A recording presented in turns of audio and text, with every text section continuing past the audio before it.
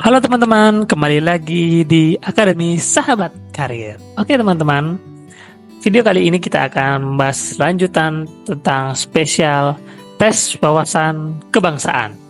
Oke untuk teman-teman, pada minggu lalu atau last video kemarin, kita sudah membahas beberapa soal-soal TWK ya teman-teman. Nah, ini ada beberapa soal yang baru yang mungkin level kesulitannya mungkin agak sedikit lebih naik.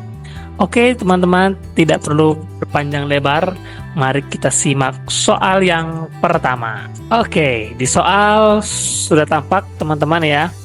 Nah, di dalam soal ini tertulis prinsip demokrasi yang paling mendasar adalah, kita lihat jawaban yang A, kekuasaan mutlak berada di tangan presiden. Yang B, kedaulatan berada di tangan rakyat. C, adanya satu partai politik yang berkuasa. D, pemilihan umum hanya dilakukan 5 tahun sekali.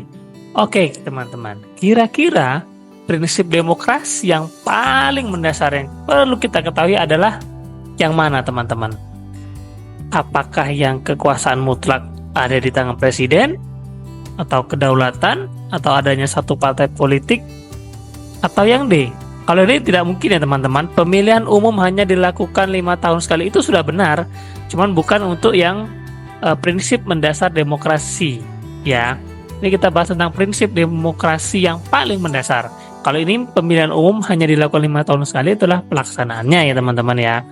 Nah, dari jawaban A, B, dan C, kalau yang C, adanya satu partai politik yang berkuasa, ini tidak mencerminkan demokrasi ya teman-teman ya. Hanya satu partai politik, artinya cuman dia doang yang boleh ikut, ya nggak boleh. Nah kita kan demokrasi nih, nggak boleh sendiri-sendiri toh. Nah coba kita lihat jawaban yang A dan B.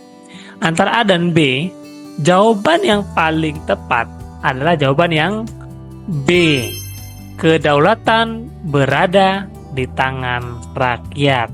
Karena kenapa? Demokrasi yang artinya pemerintah dari rakyat, oleh rakyat, dan untuk rakyat. Makanya jawaban yang paling tepat adalah yang B.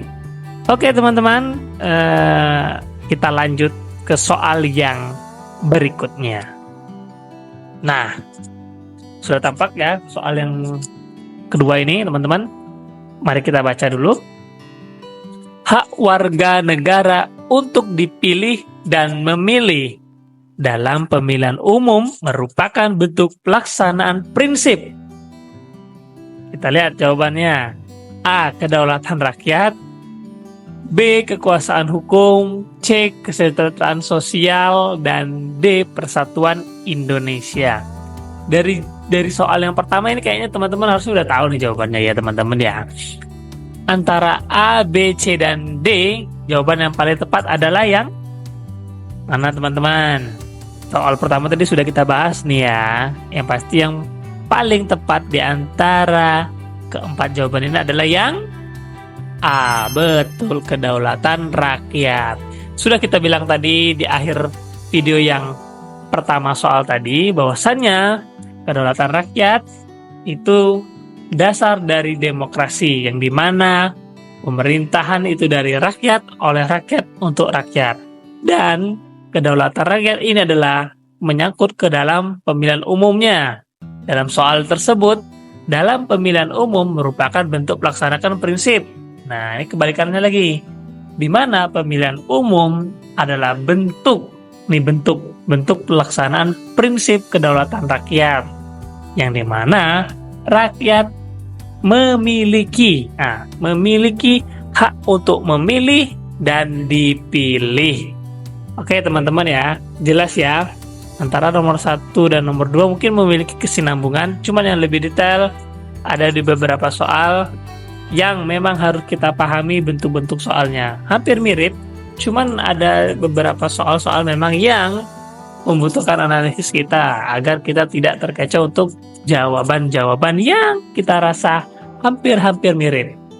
Oke teman-teman, 2 soal yang kali ini mungkin cukup untuk merefresh kita kembali.